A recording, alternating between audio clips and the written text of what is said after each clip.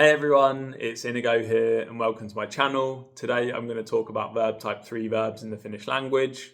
Verb type 3 verbs, how do you identify them? These are going to look like two consonants followed by an A. They could be two of the same consonant or they could be a mixture.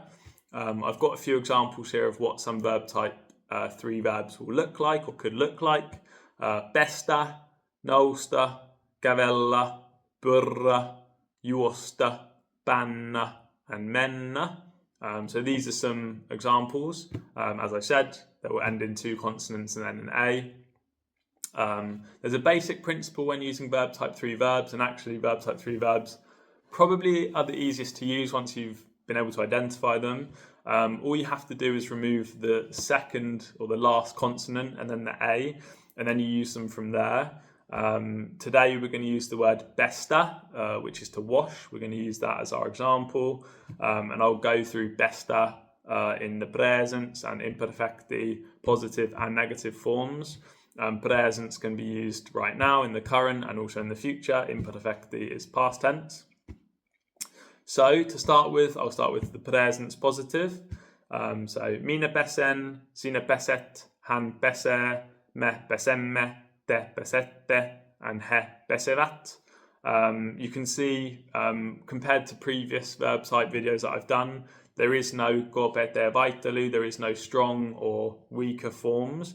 So sometimes the han and the he versions will be stronger. This might look like two T's, for example, with the han and the he version, and one T with the others. But in this, and I think all verb type 3 verbs, or it might be very rare, but I've not actually been able to find any, there is no korpete vaihtelu, so this makes it a little bit simpler. As I said as well, you remove the last T in the A, or the last consonant and then the A, and then you're left with pes. In this example, you add an E, and this will be the same with all of the verbs. So mennä, for example, mennä is very commonly used, to go. The verb is mennä, but the base will be mene. So minä menen, sinä menet, hän menee, and so on and so forth. What's another example? Kävellä, minä kävelen, sinä kävelet, hän kävelee. It's exactly the same examples for all of these. They're very easy to use. You just take off the last consonant and then the A and then add an E, at least in this example. One thing you should kind of pay attention to is the han version. So you add an E and then you just double that E again. And that will be the same for all of these verb type 3 verbs in the present positive. So that's present positive, relatively simple. Then we'll go to the negative form of presence. So minä en pese, sinä et pese, hän ei pese, me emme pese, te ette pese, and he eivät pese. You can see pese in all of these are exactly the same. The only differentiations will come before the verb pese, where we've added the word a, which means no in the Finnish language. You put your personal endings, so instead of putting them at the end of the verb, which we did previously, you now put the personal endings on the end of a. This is, I think, is the same for all verb types. So you've got minä en pese, the a turns to n, you put the n on the end of a, and that signifies I am the one that's not washing, and so on and so forth. So those personal endings just got on the end of a. That's quite simple again. You remove the T in the A or the last consonant and then the A, and you put in an E, turn it to pese. Would be the same with mene, minä en mene, for example. Very simple, quite simple. The next kind of change will be imperfecti. This is the positive form. So as I said previously, you remove the last consonant and then the A. You still do this, but with the others you added an E. In the imperfecti, or the past tense, you signify past tense with the letter I, or E would be in Finnish. You do this with these verbs by removing the E. So the E's and A's are kind of weak. Those can be swapped directly with an I. The O's, the U's, and the O's, the U's, and the U's, O-U-Y's in Finnish. Those are strong and those have to remain. So you put the I's afterwards. But in this example, you'll always have an E in the present tense. So you'll always have an I in the imperfecti, positive imperfecti. All of these will have an I. And we'll go through the examples. So from besta, you say mina besin, sina besit, han besi, me besimme, te besitte, and he besivat. Exactly the same. The only difference between the positive and the presence and the imperfecti is the han version. So you don't double the I, it's just one I. All the personal endings go on the end of the verb, which would be besi in this example. There's no strong or weak forms, and it would be exactly the same with all the others. So you have menna, mina menin, gavella, mina gavelin, so nosta, mina nosin. All of these examples would be exactly the same, okay? So again, very simple, very easy. Once you've identified verb type 3, very easy to use. This is probably the most complicated of all of them.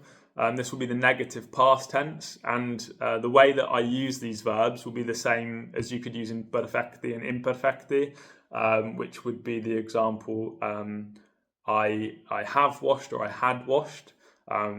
So if you were going to say those things, you would conjugate the verb in the exact same way. I'm not going to go that far, but just so that you know, basically.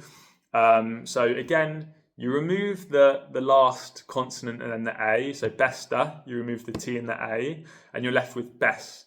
You then double the remaining consonant. So you've got two S's now, and then you put an ut ending or et ending, depending on whether it's singular or plural. So, as our examples, mina en besut, sina et besut, han ei besut, me emme besset, te ette besset, he eivat besset. Exactly the same with all the others. So, for example, menna, mina en mennut, me emme mennet. Exactly the same with all of the others. With menna, it already has two N's. I would still recommend removing that last N in the A and just double the N afterwards, just so that you understand the rule and you've kind of got it. I wouldn't say just take away the A and then put the ut. So with all of these, remove the last consonant and the A, double the consonant that's remaining, and then put ut or et. Ut endings will be for singular, so mina, sina, han, and the et endings will be for me, de, and he. Sometimes there will be a u or a y or u in the Finnish language. Menna is actually a good example. So instead of a y, what it would look like for an English speaker, it will be a u. How to identify this? There's something called vocali harmonia. Basically, there's two different groups, and you need to, so you can use the word auto actually. Any of the vowels in auto, if you have those vowels, you'll use a U. So if you have those vowels, you use a U. If you have any of the vowels that aren't in auto, then you will use the Y. Okay, so that's like a quick way to kind of think about it when you're using these ut endings. If you use the word auto, if you've got those vowels, you'll use the U or U. And if you don't have those vowels in the word, then you'll use the Y or U sound, okay? So that's how you kind of change it. But that's it really. It's quite simple, verb type 3. They're all used exactly the same. You don't have to worry too much. All of the endings will be the same. The principles are exactly the same. It's quite an easy one to use. Hopefully that's been helpful. I hope to get verb type 4 out soon. As I've said previously, I'm making videos quite slowly. Probably I predict averaging maybe a video a week.